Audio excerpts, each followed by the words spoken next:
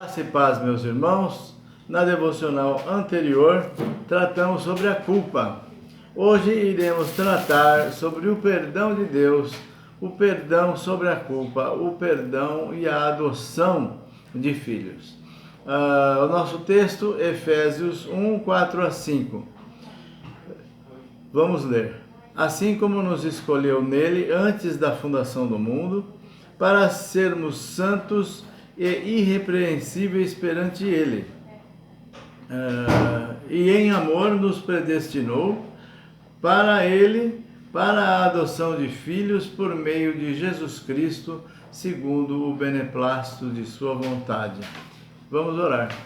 Senhor nosso Deus, te agradecemos pelo texto, pelo tema, te agradecemos porque sabemos que o Senhor está nos dirigindo e te pedimos que o Senhor mesmo nos ensine a tua palavra esta manhã, em nome de Jesus. Amém. Em primeiro lugar, meus irmãos, a respeito da adoção, Deus criou Adão, o primeiro homem, em estado absolutamente perfeito, isento de pecado e dando a ele a aliança da vida. Adão tinha plena comunhão com Deus, como uma criança quando está com seu pai. A criança se sente profundamente confortável quando está com o pai, não tem medo, ele sabe que está seguro. Não existe nenhum desejo na criança de romper essa relação com seu pai.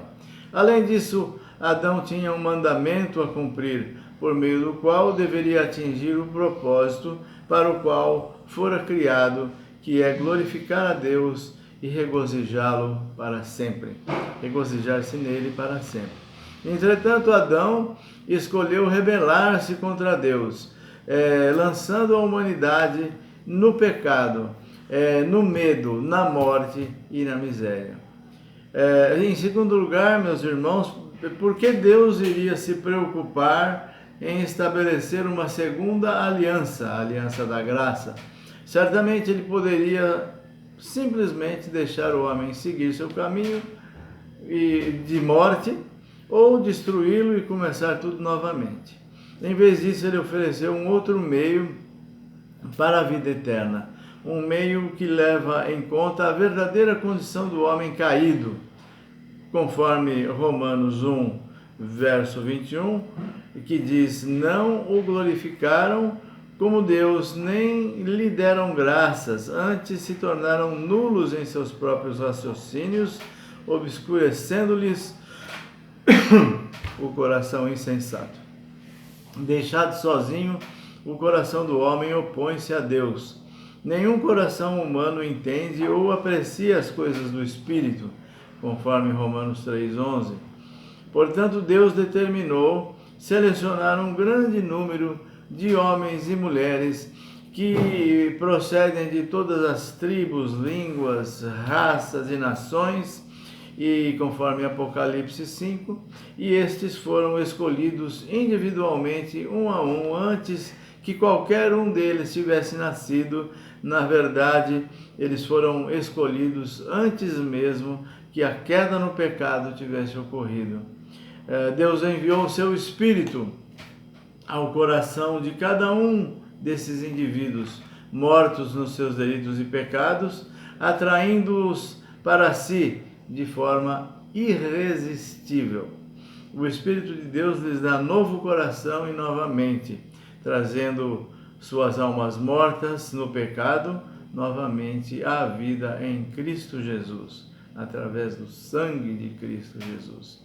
Eles vêm, isso está em Efésios 2, e estes que são chamados desta forma e que atendem de forma irresistível, eles vêm mais do que espontaneamente, cheios de alegria, desejando vir por sua graça.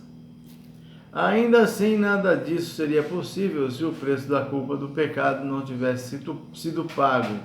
Assim, Deus nos deu seu Filho Jesus, seu único, para pagar nossas transgressões.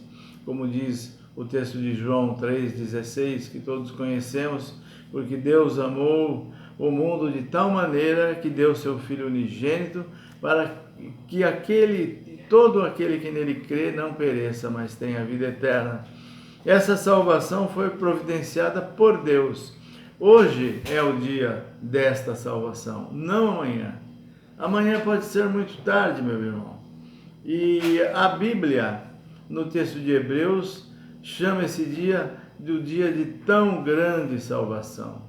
Meu irmão, não negligencie esta tão grande salvação, para que você possa herdar a vida eterna e que Deus nos abençoe.